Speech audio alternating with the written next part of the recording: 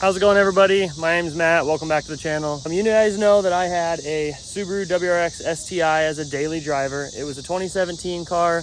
I didn't actually do a lot on the channel with it. I meant to kind of originally, but it ended up being, you know, a daily, and I enjoyed it as a daily. It was a really fun car, but for whatever reason, I just didn't end up making a lot of content with it. Honestly, mods with that car were pretty expensive. It was a really fun car, but it also, it was probably the most impractical four-door sedan you could possibly imagine.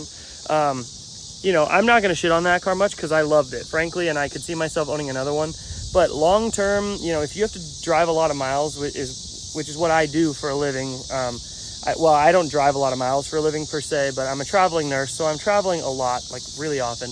And it just it started to grate on me. I'll go into a whole big spiel about that car and what it was like to really pack miles on an STI in a different video, because that's like its own video. I can tell you guys a lot more about how much that cost me to own and all that sort of stuff. But today is the big unveiling of my new daily driver, and I wanted to talk about why I bought this car and what my plans for it are, because I do have an entire plan for this thing. Without further ado, here is my new daily driver.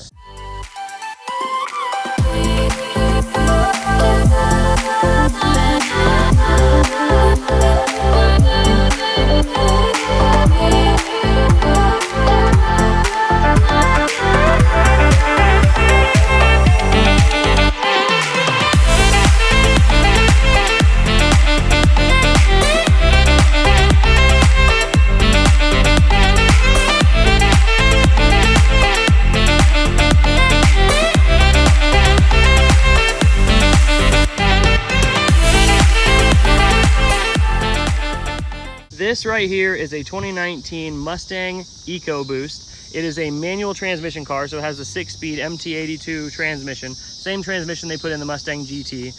This is a performance pack car, which, as you guys some of you might know, but others might not. It comes with bigger brakes. It comes with wider wheels. Front and rear are 19 by 9 wheels. It's still not like super wide, but wide enough you can put some proper wide tires on if you want to.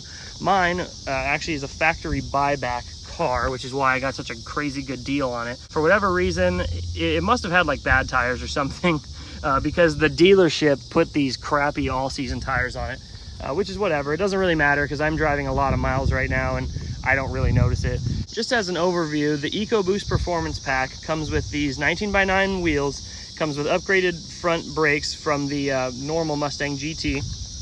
It comes with this cool little wing on the back of it.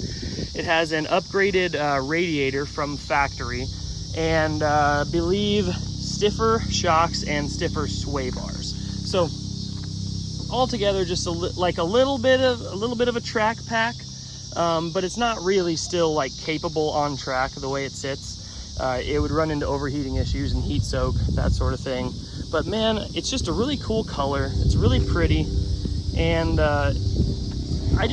I like it as a daily driver. I just wanted to go back to rear wheel drive every day. I honestly love rear wheel drive the most. The all wheel drive in the STI was really fun in just that it gripped like crazy. It had really awesome like bite coming out of corners, that sort of thing. But most of what I do does not really like benefit me that well having all wheel drive. It was nice in the winter, which frankly, this thing might be a pig in the winter. I'm gonna put winter tires on it and I'm gonna throw some weight over the rear axle, but it's probably not gonna be great. That said, rear wheel drive is just what I enjoy the most. And this is that's why I went back to it. Some of you might remember a while back, I had a base model Camaro V6. It was a 2018, I think it was. That car actually, not everybody knows it really, but I did really like that car actually. The only issue is it didn't really feel special enough for me. With the base suspension and just I don't know, it just didn't do it for me. The big thing with this car was that it has the performance package. I really like the looks of it. It is technically better for all performance driving. It is a lot stiffer than a stock EcoBoost. I really like that it has a bigger radiator. The big radiator aspect is something that just lets me be a little happier knowing that like in you know, in any kind of performance setting, I'm not going to run into overheating issues. I'm pretty sure the factory radiator on the base models will get overwhelmed really quickly in both autocross and if I ever decided to take it on track. So the radiator is a big plus to me.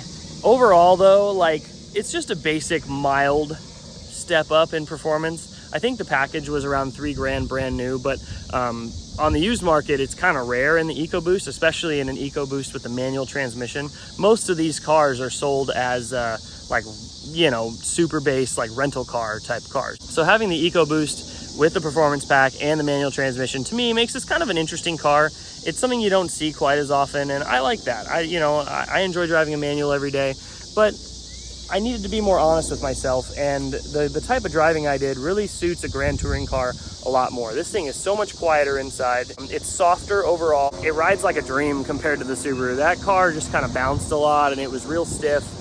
It was the Hot Boy Special. It was really cool, and it was really fast for what it was, but it wasn't a great car for putting a lot of miles on. So that's where this car comes in. Now, as far as plans for this thing goes, I'm gonna be really optimistic here and tell you guys that my plan for this is to build a daily drifter. Now, that's gonna sound really exciting to drift people or whatever, but really I'm focusing more on the daily. So like, let's just switch it around. I'm gonna call it like a driftable daily.